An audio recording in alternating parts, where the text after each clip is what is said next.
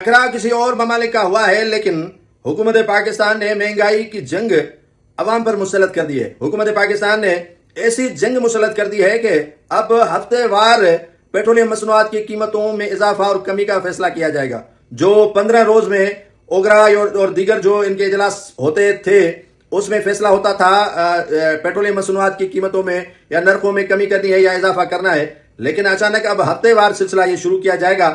ایک ہفتے کے اندر پیٹرولیم مصنوعات کی قیمتوں میں تقریباً کوئی 63 روپیز فی جو ہے وہ لیٹر اضافہ کیا گیا ہے، اور کہنے والے کہتے ہیں کہ اب جو شاہ خرچیاں ہیں وہ کم کرنی پڑے گی۔ میں تو اس بات پہ حیران ہوں کہ یہ جہاز جو 11 ارب روپے میں خریدا گیا ہے وہ کس پہ چلے گا، اور 11 ارب کو چھوڑیں، یہ شاہانہ جو ان کو پروٹوکول ملتا ہے اور گاڑیوں کی لمبی لمبی قطاریں سرکاری فیول پر چلنے والی، ان کا جو ہے وہ اضافہ اور مزید ہوگا یا ان میں جو ہے وہ سائز ان کی کم کی جائے گی، یہ حکومت فیصلہ نہیں کر سکی ہے۔ بجلی کے بل میں جو ہے وہ 1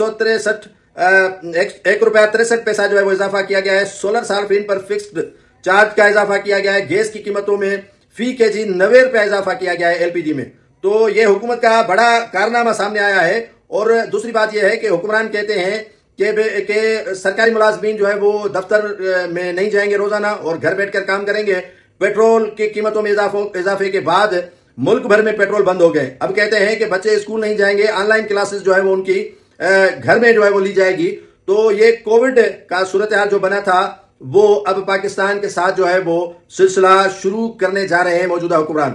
28 روز کا کہا کہ پیٹرول اسٹاک ہے، لیکن اس سے قبل ہی ذخیرہ اندوزوں نے پیٹرول کو اپنے گھر کا فرض سمجھ کر چھپا کے رکھا ہوا ہے۔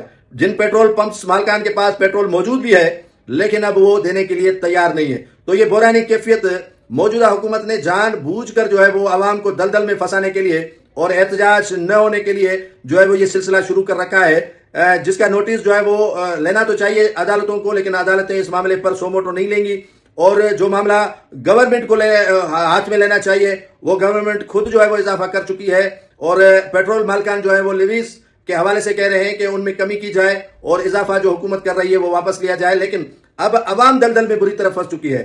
امریکہ پیٹرول وافر مقدار میں اپنے پاس رکھے ہوئے ہے اور ان کو تکالیف نہیں ہے، لیکن ہمارے جو ایشیائی ممالک ہیں ان کو بڑی تکلیف پیٹرول غائب اور نایاب کر کے جو ہے وہ دینے کی کوشش کی جا رہی ہے۔